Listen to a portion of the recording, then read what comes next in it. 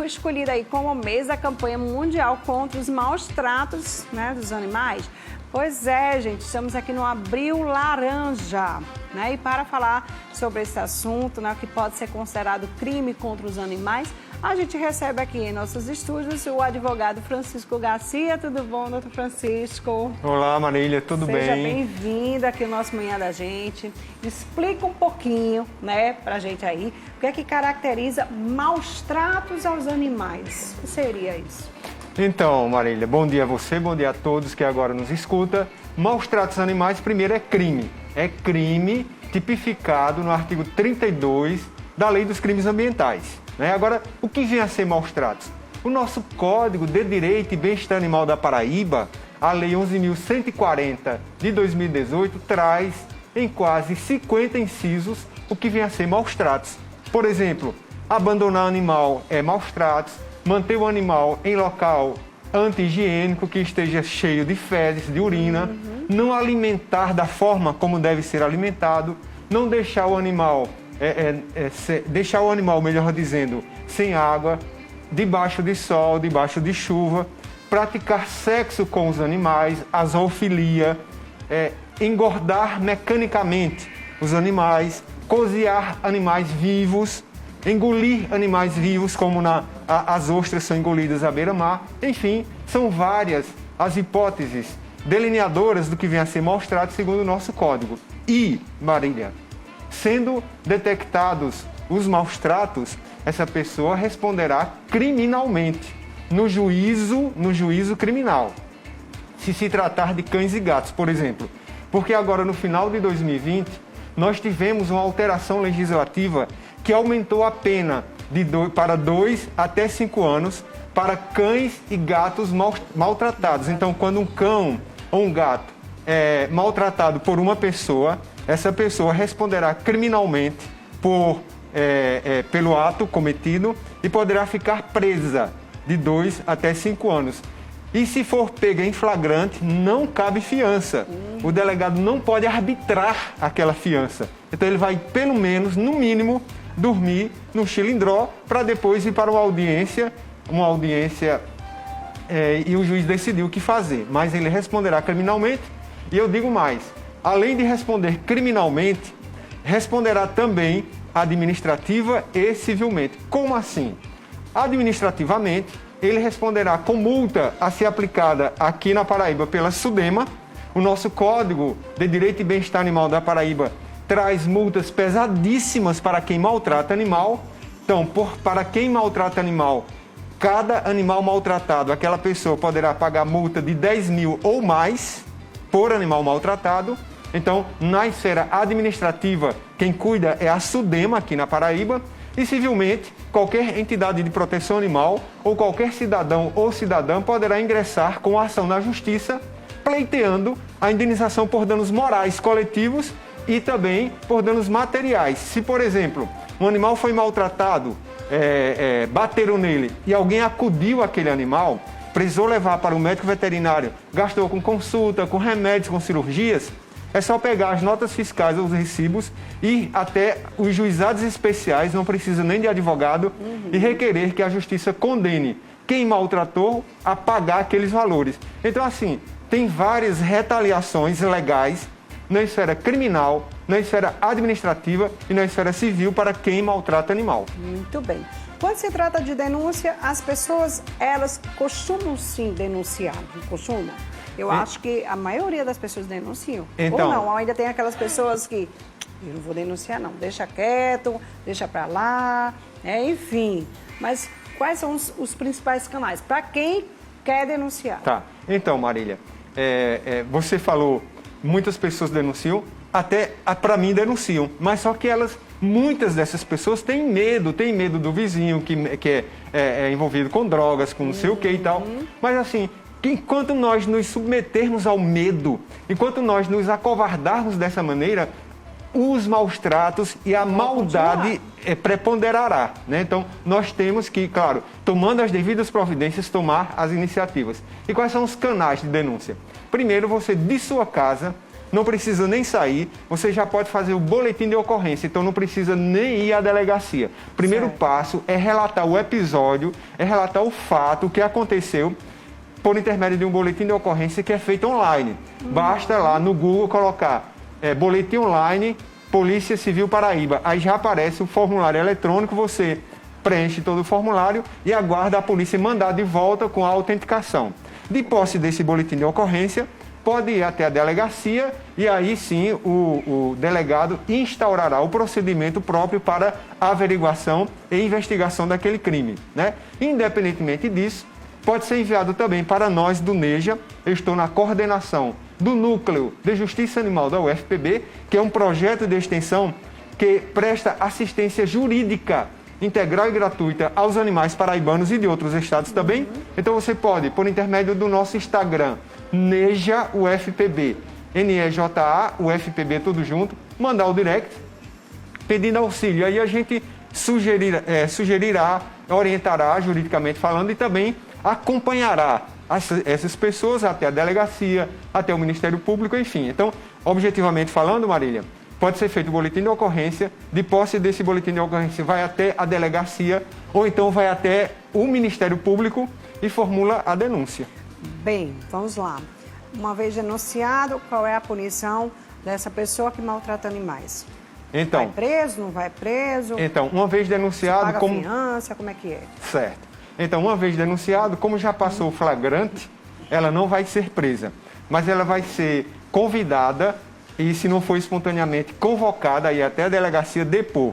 O delegado apurará a situação e formará o procedimento, o processo, e mandará para a Justiça, para que o Ministério Público averigue e também, entendendo que ali realmente aconteceu um fato criminoso, processe, dê andamento ao processo criminal.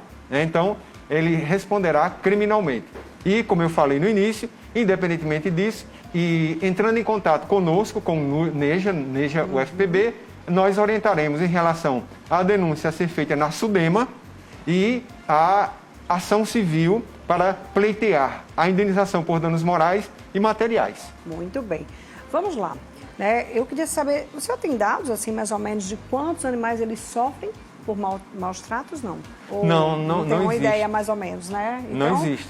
Mas eu digo a você o seguinte, Marília, durante a pandemia, notadamente do início da pandemia, de março de 2020 para cá, a quantidade de maus tratos aumentou consideravelmente. E mais, Marília, e mais.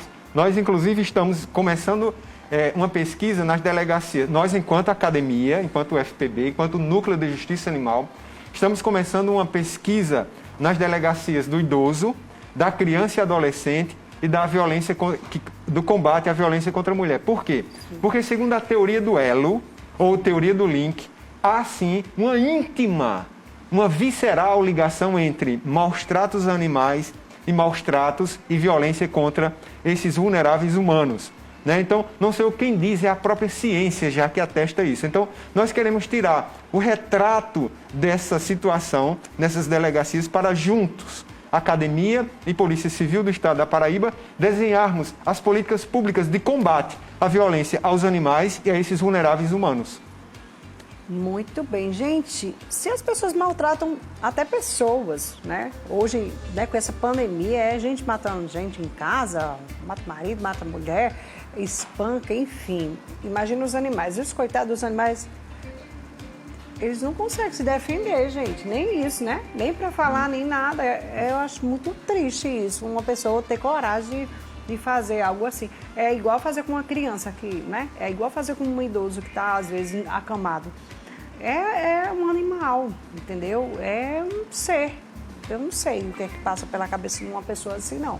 Infelizmente. É extrema covardia, porque meu Deus do céu, de todos esses vulneráveis que eu citei, mulheres, crianças, idosos, adolescentes e animais, os animais ainda são deles todos os mais vulneráveis. Com certeza. Porque o animal não vai poder falar, não tem reação, fica acuado.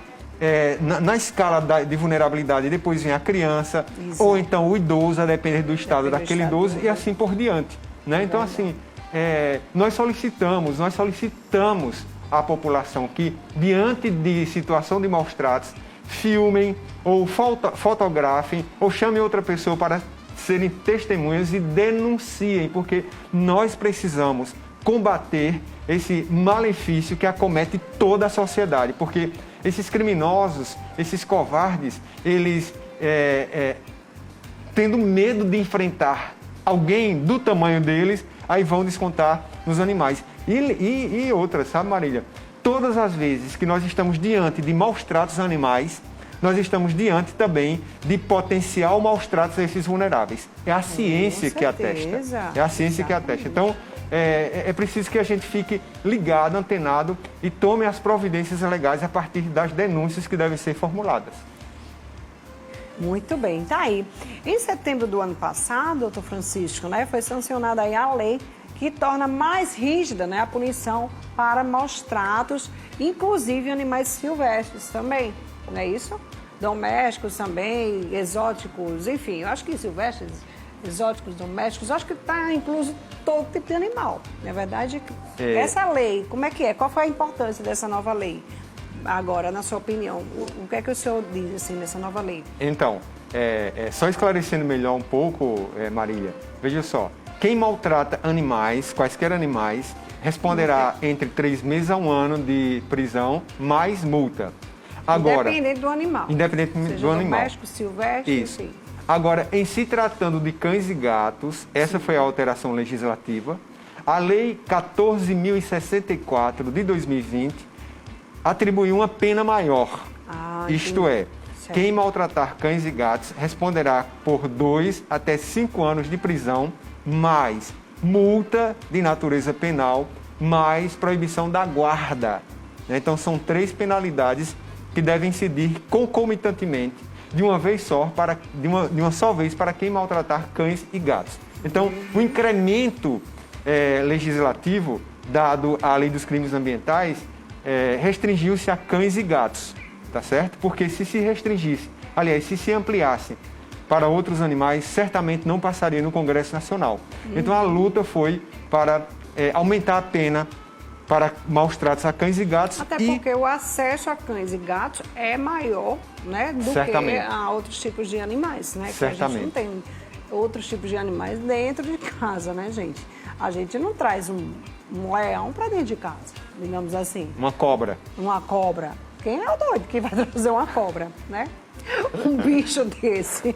Enfim, mas tem, viu, doutor? Tem gente tem de tudo. Tem. Tem de tudo, mas eu quero bem longe. Mas enfim, né? Os maus tratos com certeza existem mais em cães e gatos. Uma vez eu vi até uma cena que me chocou muito, de uma mulher que jogou um gato dentro de uma casa, jogou pelo muro assim, jogou. Parecia que estava jogando um lixo. Posso falar sobre esse assunto? E, gente, o pitbull pegou imediatamente o gato. Gente, olha, foi muito triste isso. Então, muito triste. Nós estamos acompanhando bem de perto esse caso, sabe, Marília? Uma senhora saiu da casa dela, uma senhora de quase 80 anos, 78 anos. Eu tive o trabalho de ir até a frente da casa dela e medir a distância entre a casa dela e o local onde ela jogou. São quase 800 metros, quase 1 quilômetro de distância. Então ela, dolosamente, ou seja, com a intenção de matar o animal, saiu de sua casa com o animal no saco, atravessou parte do Castelo Branco, chegou nessa casa que tinha a placa que tinha pitbull e só Isso é aqui mesmo que eu vou mandar o... Então, só o fato de você se aproximar, o pitbull já fica louco do outro lado, né? Então ela sabia, além de ter a placa, ela sabia pelo latido dos animais que ali tinha um pitbull. Ora, jogou lá. Ela jogou com a naturalidade, Marília, com que eu coloco um celular em cima de uma mesa, com que eu pego uma colher para comer, parecia que não estava acontecendo nada. E ela sai como se nada tivesse acontecido. Olha só, a casa fica virada para a pista do Castelo Branco, para a UFPB. É claro que abandonar é crime também, mas ela poderia, assim, dos males o menor, se é que eu posso falar isso, ao invés de ter jogado o animal para o pitbull matar, ter jogado dentro da UFPB. Não estou incentivando de forma nenhuma alguém a jogar animal na UFPB. Ou em qualquer outro lugar. Ou em qualquer outro lugar. Mas assim, eu estou querendo ressaltar o grau de malícia, de maldade dessa senhora. Ela queria ver o animal destruído, morto, né? Tem gente que joga chumbinho. Chumbinho. Gente, vou botar para matar logo. sai botando em todo canto, mistura na comida, deixa na rua. Às vezes em casa, quem mora em casa, aí aqueles gatinhos que saem de um canto para outro, né? Vai até a casa, às vezes nem... Tá só passeando ali, mas não, vou pegar esse gato, aí joga isso, joga aqui para poder matar os bichinhos. Ai, gente, que maldade, viu? Muita maldade isso. E o chumbinho, ele é tão... maldade. Além dele ser, ele é tão assim, violento no organismo do animal, que ele é proibido, a fabricação é proibida. E outra, quando o animal engole aquele chumbinho, aquele veneno, ele morre vivo, literalmente, porque os órgãos começam a estourar dentro, a se diluir, né? A se diluir. Ele vai corroendo tudo e o animal, assim, sobrevivendo até o último instante. É terrível a morte. É muito triste, né? E me diga uma coisa, qual é o papel das ONGs, né? No sentido de garantir os direitos, né? E proteção desses animais. As ONGs estão fazendo alguma coisa? Então, as entidades de proteção animal, ou as ONGs, né, de proteção animal, elas têm um papel fundamental. Só que elas precisam de auxílio do poder público. Apoio também. É porque, assim, tem ONGs, por exemplo, eu conheço uma que tem mais de 100 gatos, 30 cães, não recebe um centavo de ajuda governamental.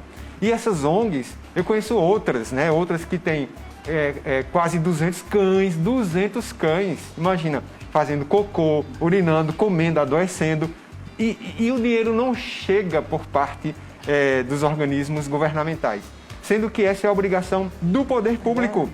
E Marília, não sei quem diz, é a nossa Constituição, no artigo 225 da Constituição Federal, replicado o mesmo comando pelo artigo 227 da Constituição Paraibana, dizendo que é responsabilidade do poder público, né, cuidar da ambiência, cuidar do meio ambiente e assim dos animais.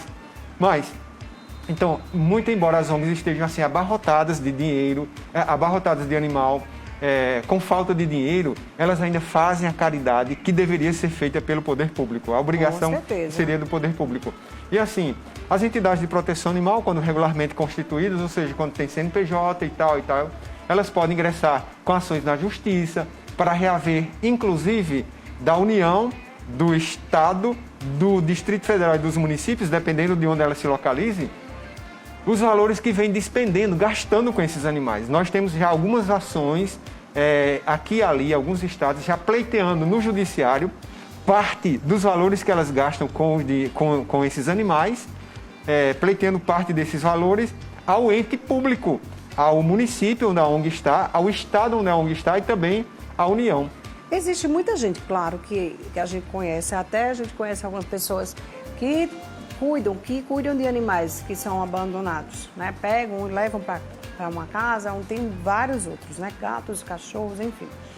E aí, me diga uma coisa, se por algum motivo essa pessoa ela não tiver mais condição nenhuma de cuidar desses animais, de continuar fazendo o que ela fazia antes, e aí?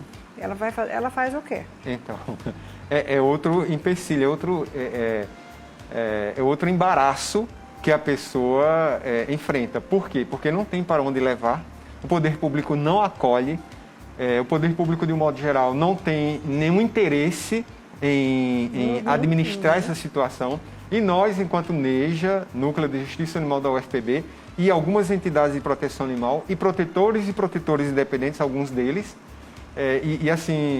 professores, nós estamos lutando para termos uma federação paraibana de direito animal. Estamos construindo o estatuto para, de posse dessa federação, que vai arregimentar várias entidades de proteção animal, várias ONGs, nós robustecermos a luta pelas políticas públicas que devem ser concretizadas pelos entes federativos, pelos municípios, pelo Estado e pela União. Então, assim, essa pessoa que fica numa situação dessa não tem para onde enviar os animais. Então, resta ir até as redes sociais, Instagram, Facebook, dizer a situação pela qual ela passa e pedir o apelo. E é o que pedir resta. ajuda, né? É o que muita gente E faz. fazer o apelo, aliás, pedir ajuda. Mas eu falo disso, né, de pessoas que às vezes pode ser que não tenham condições, não tenham mais condições de cuidar, de manter os animais, enfim. Porque, gente, olha, é remédio, é alimentação, são as vacinas, é muita coisa, entendeu? É dinheiro. É dinheiro. E às vezes a pessoa não tem muita condição, mas ela também não quer abandonar,